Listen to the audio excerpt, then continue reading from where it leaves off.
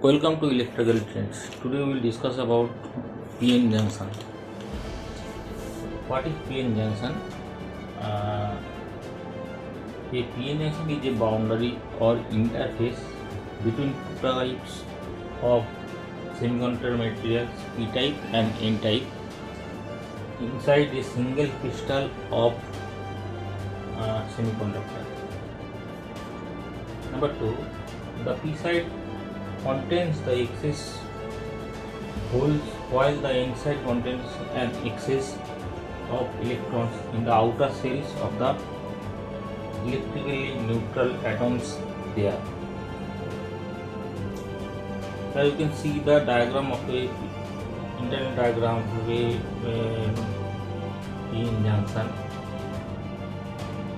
Here the P-type semiconductor, here is the N-type semiconductor. When P-type and N-type semiconductor overlaps each other, that is that time the PN junction is formed.